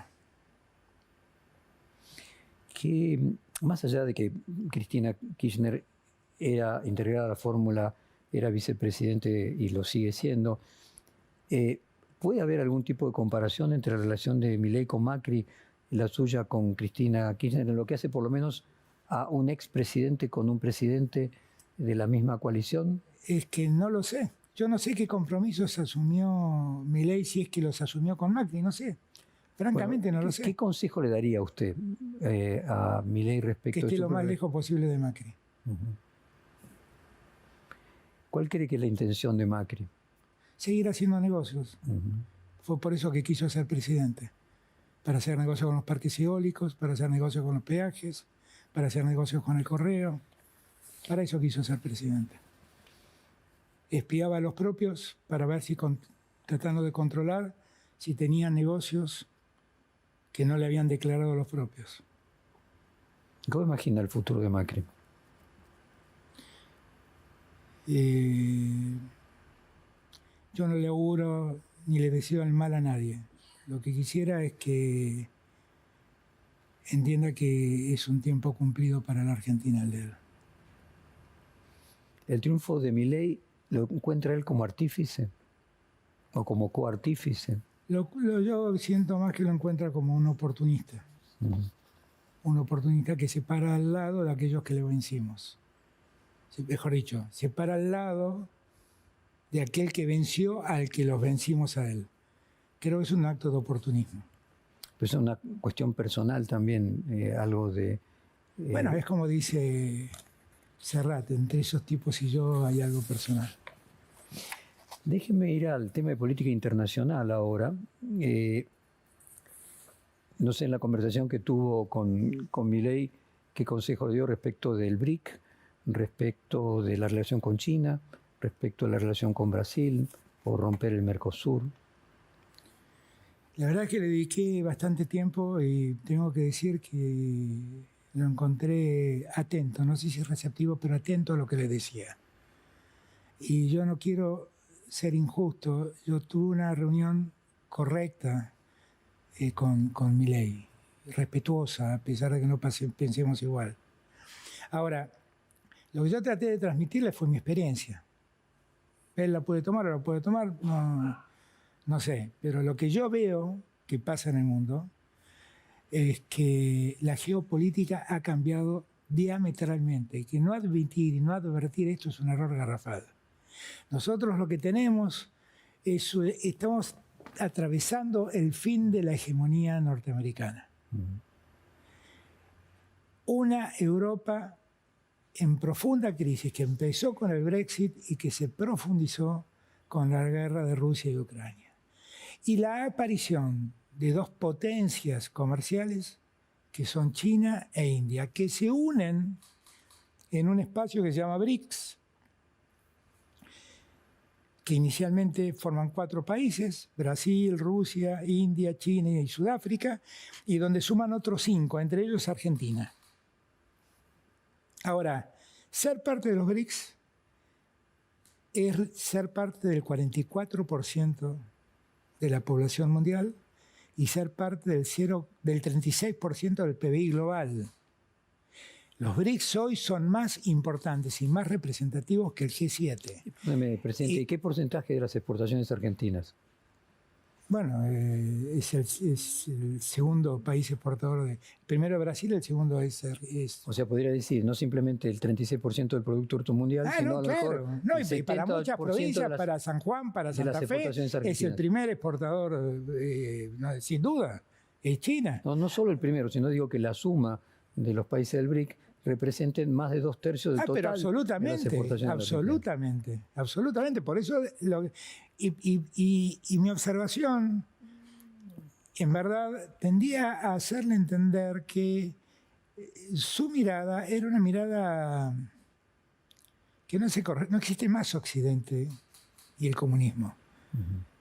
No existe más Reagan contra... no sé quién estaba en aquel momento, Gorbachev no no existe más eso, no existe más. La guerra fría de Rusia con Estados Unidos era una guerra ideológica. Eso no existe más, lo que hay es una guerra comercial. Es eso lo que existe hoy.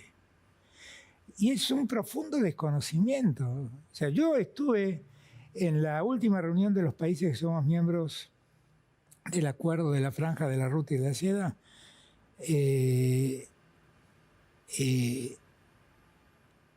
hablaron Xi Jinping, habló Putin, hablé yo.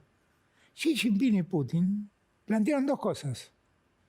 Que hay que lograr el equilibrio fiscal y que hay que garantizar el libre mercado en todo el mundo. Y yo, que venía de un país en desarrollo, decía, el Estado debe seguir preservando la industria nacional. La verdad es que sentía que el más comunista ahí era yo, entre comillas. Yo de comunista no tengo nada, pero el más comunista era yo. Y entonces, decir que China es comunista es de un desconocimiento absoluto. Absoluto. Decir que Lula es comunista es un desconocimiento absoluto. Absoluto.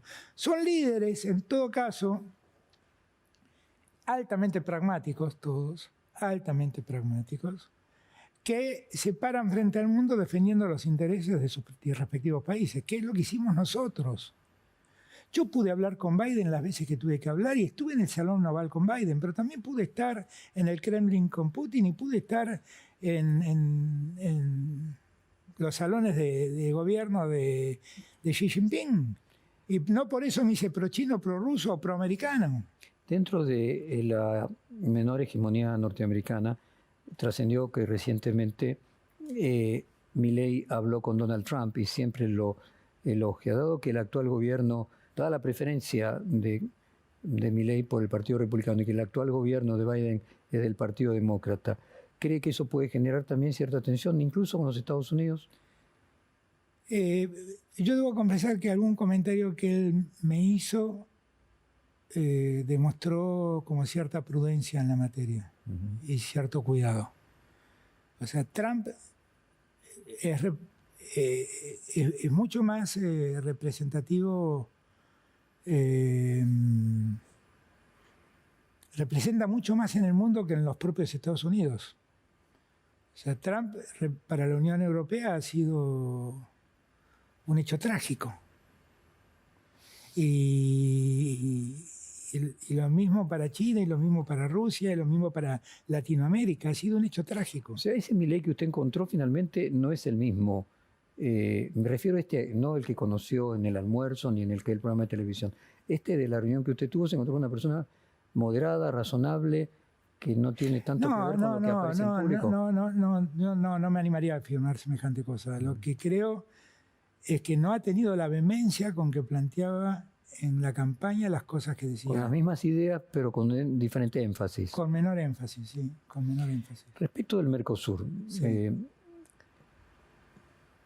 ¿Cree que él piensa realmente que hay que salir del Mercosur y que...? Bueno, el tema Mercosur puntualmente lo hablé yo y le dije que era todo una cosa disparatada porque lo que está pasando en la globalización hoy en día... Es la regionalización. Es la regionalización, exactamente. Hemos pasado de dejar de pensar, vincularnos entre naciones, y de esa gran aldea han aparecido los barrios en la gran aldea. Y los barrios, como regiones, negocian como tal. El acuerdo Unión Europea-América del Sur es una muestra de un acuerdo entre regiones. Yo creo que al Mercosur hay que preservarlo, absolutamente. Es, en términos de institucionalidad, lo más avanzado que tiene Latinoamérica frente al mundo y en el escenario de la globalización. Para preservarlo y preservar la relación con Lula, que es tan mala, dado que Scioli ya cumplió el papel inverso de ser quien solucionaba una pésima relación suya con Bolsonaro, ¿usted recomendó que Scioli continúe de embajador en...? No, de ninguna manera, no. Yo no sé, yo interpreto que Scioli debe pensar como yo. No debe ser fácil presentarse a Lula con ideas tan distintas a las que yo tengo. Y además, no sé, yo tengo la impresión que los que han participado en nuestro gobierno difícilmente puedan encontrar empatía con lo que el gobierno de Milei propone. Y lo que sí le marqué yo a Milei era que a mi juicio él debía preservar el Mercosur con el mismo énfasis que yo lo preservé cuando Bolsonaro me llamaba comunista a mí. O sea, como que los roles se habían invertido. Por eso le preguntaba. ¿No? ¿Y no pudiera cumplir ese rol invertido Scioli? De la misma forma que lo hizo. Bueno, pero Scioli era el representante del presidente argentino ante el presidente de Brasil. ¿Cómo sería ahora? ¿Sería el representante del presidente de Brasil ante el presidente argentino? Eso me parece que no corresponde. Déjeme entrar en usted personalmente. Sí. Hay versiones de que usted se iba a ir a España si ganaba Sergio Massa, que iba a dedicarse a actividades académicas, que también tenía un ofrecimiento incluso de China, de Xi Jinping. Cuéntenos qué va a hacer. Bueno, muy en claro no tengo qué voy a hacer, no le voy a mentir. Lo que sí sé es que el día que yo decidí no ser candidato, empecé a preparar mi futuro. Y cuando empecé a preparar mi futuro, sí, efectivamente me llegaron ofertas de universidades españolas para que vaya allí y durante un tiempo. ¿Y lo considera? Sí, lo considero y me parece que es una posibilidad. Ya no le lo Pero eso no significa radicarme en España, significa una temporada, con un año estar un sabático. tiempo y seguir atendiendo mis temas en Argentina, porque mi vida seguramente seguirá transcurriendo en Argentina. Usted ya mencionó la preocupación de una discusión respecto de derechos humanos, de igualitarismo, tanto de Javier Milei como esencialmente la vicepresidenta Victoria Villarruel. ¿Usted tiene algún temor respecto de la calidad de vida de su hijo Tani con un gobierno como con las ideas de Milei? Definitivamente sí. Tani y cualquier persona que sea parte de la diversidad de géneros, cualquier persona, claro que tengo miedo, porque hay un discurso que es un discurso agraviante para las comunidades, para los colectivos. Para todas las minorías. Claro, para todas las minorías, y que hay que ver cómo lo decodifican algunos violentos. No, yo se lo marqué a Milei. Alguien decodificó tu discurso y le puso una pistola en la cabeza a Cristina Kirchner.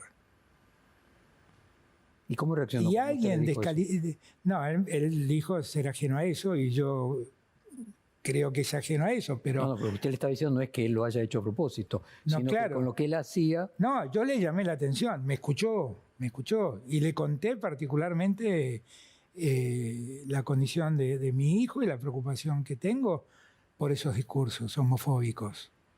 Claro que me preocupan. Porque además, en esencia, yo respeto, yo creo que uno de los grandes avances que ha tenido la Argentina desde la ley de matrimonio igualitario en adelante es entender que todos somos iguales y todos tenemos las mismas libertades y todos nos paramos en el lugar donde nos sentimos más cómodos para vivir y que no somos quienes para decirles cómo tienen que ser. ¿Cómo alguien va a decir que alguien que es homosexual tiene que atenerse a las consecuencias como aquel que decide tener piojos en la cabeza si la gente no se le acerca? Que es bueno pregunte, porque eligió ser piojoso. ¿Cómo alguien va a decir semejante locura? Es un disparate que debería pedir perdón por decir una cosa así. Y claro que me preocupa. Y por supuesto voy a estar al lado de todas esas minorías y voy a ponerme al frente de todas esas minorías si hace falta. Y voy a compartir la lucha de las mujeres para seguir reclamando la igualdad. Porque no quiero que retrocedamos nada en eso. Y me preocupa porque dentro de ese espacio hay discursos muy enfáticos que marcan estas cosas que a mí tanto me preocupan.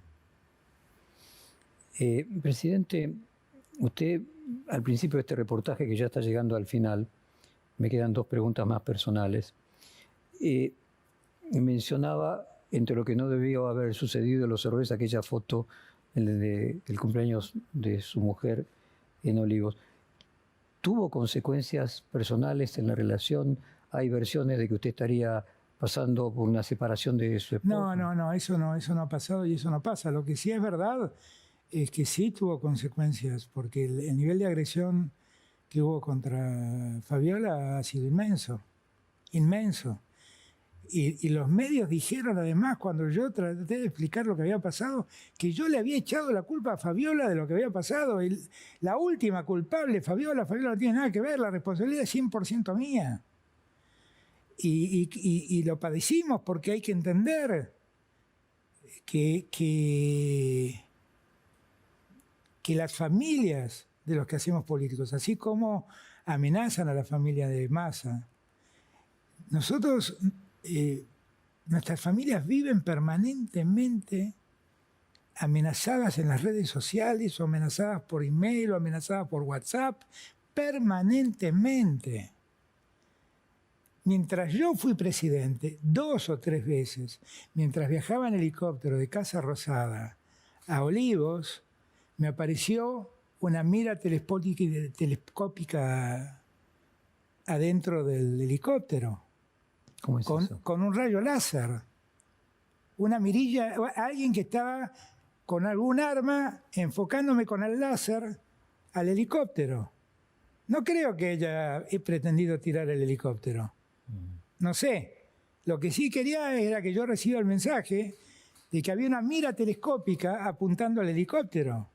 No me pasó una vez, me pasó 2, 3 o 4 veces. Y con mi custodia lo vimos. Y nos callamos porque dijimos, bueno, no hagamos un problema con esto. Antes del atentado a la vicepresidente. Después. Wow. Presidente, se dice que, voy a la última pregunta. Sí. Se dice que los 2 días de mayor felicidad de un presidente es el día que es electo y al concluir su mandato, el día que se va, siente el alivio de dejar las tensiones y la responsabilidad del cargo. ¿Comienza a sentir ese alivio? No, porque me hubiera gustado dejar una Argentina. Yo creo que logré poner la Argentina de pie en condiciones de que empiece a andar. Pero me hubiera gustado dejar una economía más sana, con menos inflación. Creo que tenemos una economía vigorosa, pero que está enferma por la inflación. Y eso no me pone contento. Y porque además sé que la inflación está afectando el bolsillo de la gente, y eso no me pone contento. Ahora, yo no sé, yo creo que he vivido muchos días de alegría cuando fui presidente. El día que asumí fue uno. El día que celebramos un 10 de diciembre con Pepe Mujica, con Lula y con Cristina en Plaza de Mayo fue un día de felicidad para mí. El día que llegó el primer avión trayendo vacunas fue un día de felicidad para mí. Como futbolero que soy, que en mi gobierno hayamos ganado la Copa América, la Copa del Mundo, la Copa finalísima, y le hayamos quitado el invicto a Brasil en las eliminatorias en el Maracaná, son días de alegría. El día en que vi a un pueblo salir a la calle para festejar el triunfo en la Copa del Mundo, que en ese día en la ciudad de Buenos Aires haya habido 5 millones de personas y no haya habido un solo incidente, es un día de felicidad en mi gobierno. El haber entrado a los BRICS es un día de felicidad en mi gobierno. Yo creo que el haber defendido los derechos humanos es un día de felicidad. El haber conseguido que la ESMA sea un espacio de memoria reconocido por UNESCO es un día de felicidad en mi gobierno. El haber traído el avión donde tiraron, desde donde cayeron y tiraron al río a las monjas y a las madres, es un día de felicidad porque es un día en que recuperamos la memoria y la volvemos a hacer tangible, la vemos el horror, lo vemos. Yo creo que tuvimos muchos momentos de alegría en el personal. Yo quiero agradecer, este es el último reportaje como presidente. Nosotros comenzamos con una pésima relación, hemos tenido una pésima relación cuando usted era jefe de gabinete, podríamos decir la peor relación, hay un juicio todavía dando vuelta de perfil de muchos años, y agradecerle que el trato fue muy respetuoso y muy diferente del que había sido cuando usted era jefe de gabinete. A veces pasa que uno conoce al otro por lo que le cuentan y no por conocer al otro. Y creo que eso fue un poco lo que pasó. Yo creo que también, este es un medio que valora la democracia y las instituciones, que valora los derechos humanos, que valora la igualdad de género. Tenemos mucho más puntos de encuentro que de desencuentro. Muy crítico también, porque leo perfil y leo las columnas que se escriben allí. Pero eso es parte del juego. Yo me voy con la tranquilidad de que la libertad fue absoluta en mi gestión. Que nunca llamé a un periodista para decirle levanten una nota o pongan esta nota. Nunca condicioné a un medio a que la pauta la tenían en la medida que escribieran algo en un sentido o en otro. Nunca querellé a un periodista, nunca demandé a un periodista. Nunca, nunca. Tengo la tranquilidad de que ningún juez recibió una visita del presidente para decirle que haga algo o deje de hacer algo atinente a sus funciones de juez. tengo la tranquilidad de que saqué a todos los espías de la inteligencia interna. Yo creo que todo eso hace una mejor convivencia democrática. Muchísimas gracias por estas casi 2 horas de conversación. El próximo reportaje entonces ya como expresidente. Muchas gracias.